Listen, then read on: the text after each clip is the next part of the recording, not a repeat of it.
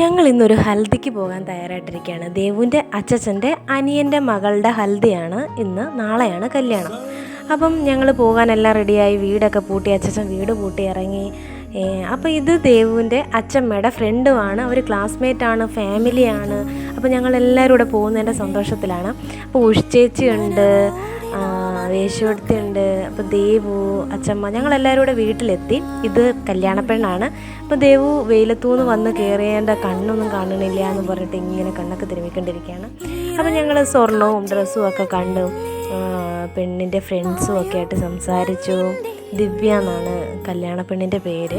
അപ്പോൾ ഞങ്ങളിങ്ങനെ വർത്തമാനങ്ങളൊക്കെ ഇങ്ങനെ പറഞ്ഞുകൊണ്ടിരിക്കുന്നു. വൈകിട്ട് ഡാൻസും പ്രോഗ്രാമും ഒക്കെ ഉണ്ട്. ഹൽദി പ്രോഗ്രാം രാത്രിയിലാണ്.